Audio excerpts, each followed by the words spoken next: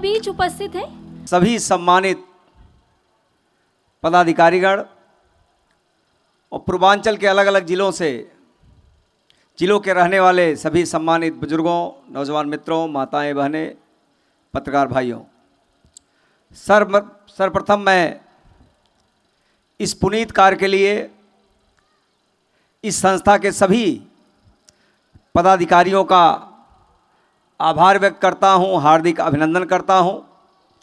निश्चित रूप से इस प्रकार का भाव लेकर के ये कार्यक्रम किया जा रहा है।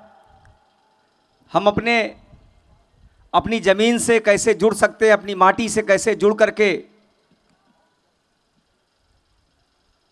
अपनी जो स्थानीय परंपराएं हैं उस परंपराओं को कैसे आगे बढ़ा सकते हैं, उस दिशा में हम सबको एक प्रेरणा मिलती है इस प्रकार के आयोजनों से।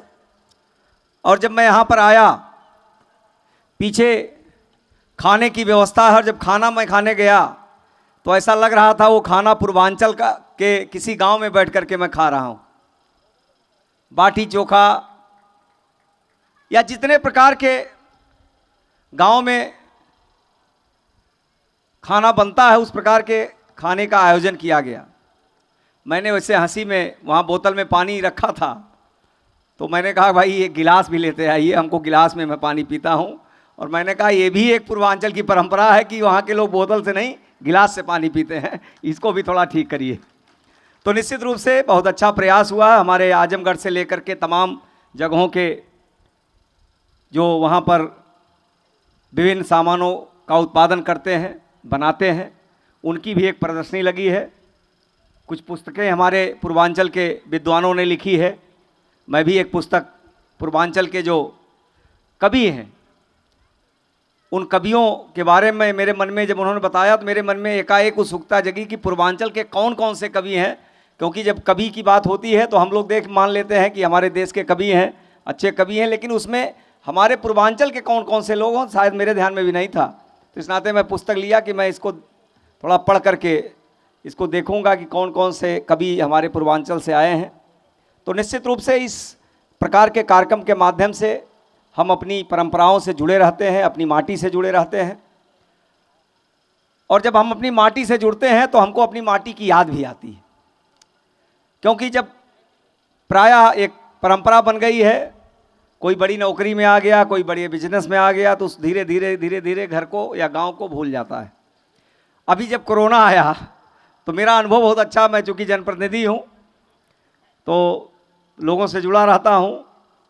जब कोरोना आया तमाम ऐसे लोग जो कभी कोई बंगलौर में बस गया है, कोई बम्बई में बस गया है, कोई दिल्ली में बस गया है, कोई हरियाणा पंजाब में बस गया है, कोई गुजरात में बस गया है, सबके मन में ये भाव आया, चूँकि लॉकडाउन हो गया, लॉकडाउन में शहरों में समस्याएं बढ़ती गईं, तो सबके मन में ये भाव आया कि हमारे गांव पर भी मेरा कुछ घर होना चाहिए। और वहाँ के बाद वो पता कैसे मुझे चला, जब कोरोना के बाद लोग गांव में घर बनवाना शुरू किए तो पटीदार लोगों ने आपत्ति करना शुरू कर दिया। पटीदार तो समझ ही रहे होंगे। तो लोग में हमारे पास आए, सांसद जी मेरी ज़मीन थी वो हमको बनाने नहीं दे रहे हैं। तो हमने कहा कि आप अब क्यों बना रहे हैं? तो लोगों ने कहा भाई अब लगता है कि हम लोगों भी गाँव में रहना चाहिए।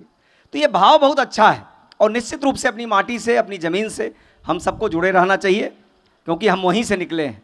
एक थोड़ा सा बीच में एक भाव लोगों के मन में आया कि अब हम बड़े अधिकारी हो गए हैं या बड़े बिजनेसमैन हो गए हैं तो हमको शहर में रहना है। शायद शहर का जो जीवन है ज़रूरी तो भी है, सुविधाएं वहाँ ज़्यादा हैं, लेकिन कहीं न कहीं शहर का जो वातावरण है उससे कई गुना अच्छा वातावरण गांव का है, स्वास्थ्य के दृष्टि से भी और स्वास्थ्य के साथ साथ संस्कार के दृष्टि से भी। हम एक ही फ्लैट में रहते हैं, एक ही बिल्डिंग में रहते हैं, 501 और 502 में अलग अलग लोग रहते हैं, एक दूसरे को जानते ही नहीं कौन कौन है, कहाँ के हैं, कैसे हैं।